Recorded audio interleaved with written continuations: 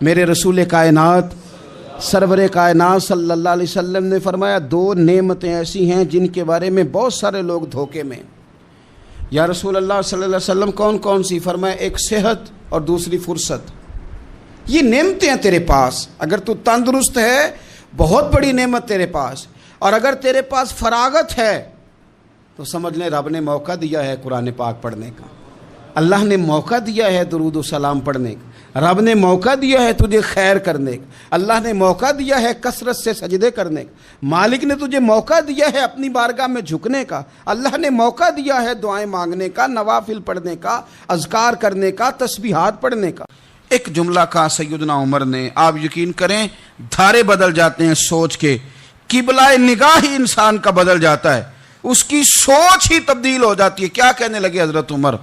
فرمانے لگے اور کچھ خلوت نشینی کی بھی عادت ڈالو، کچھ تنہا بھی رہنا سیکھو۔ کیا جملہ ہے، کیا ارشاد ہے۔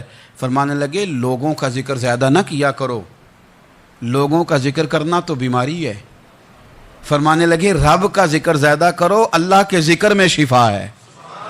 لوگوں کا ذکر ہی کرتے رہتے ہو، اسی کام ہی لگے رہتے ہو، یہ تو بیماری ہے، یہ تو تمہارے دل میں بیماری پیدا کر دے گی۔ ہر وقت سوچو گے اور یہ بیماری آ جاتی ہے، لوگوں کی طرف توجہ رہے تو یہاں حسد پیدا ہو جاتا ہے، یہاں بغض پیدا ہو جاتا ہے، یہاں عداوت پیدا ہو جاتی ہے۔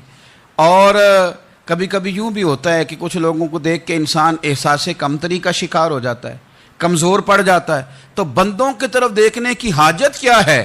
جب فرصت ملے بندہ وضو کرے، سر سجدے میں رکھ دے، قرآن پاک کی تلاوت شروع کر دے، اور جب دل زیادہ بے چین ہو تو پھر وہ وضو کرے، ہلکی سی خوشبو لگائے، مدینے کی جانب منہ کرے اور محبوب کریم پر درود و سلام پڑھنا شروع کر دے۔